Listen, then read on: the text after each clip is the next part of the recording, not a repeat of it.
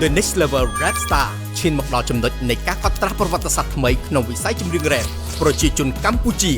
តើ Rap Star រូបណាស័ក្តិសមនឹងទទួលបានងារជាម្ចាស់ជ័យលាភីដំបូងនៅក្នុងកម្មវិធី The Next Level Rap Star នារដូវកាលទី1នេះយើងសូមប្រកាសពីការបោះឆ្នោតដើម្បីស្វែងរកជ័យលាភីពីវិធីងាយៗដើម្បីបោះឆ្នោតវិធីទី1តាមរយៈ Telegram លោកអ្នកគ្រាន់តែ scan QR code នៅលើអេក្រង់បន្ទាប់មកធ្វើតាមការណែនាំនៅក្នុង bot វិធីទី2តាមរយៈការផ្ញើសារ SMS គ្រប់គ្រង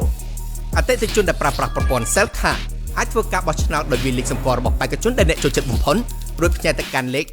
1690 Chris Diva មានលេខសម្គាល់ TR1 រាល់ការបោះឆ្នោតម្ដងចំណាយថវិកា30សេនការបោះឆ្នោតចាប់ផ្ដើមពីពេលនេះរហូតដល់ថ្ងៃទី1ខែឧសភាវេលាម៉ោង 10 យប់រវាង Sly O Chris Diva និង JX តើបេក្ខជនរូបណាដែលប្រជាជនកម្ពុជា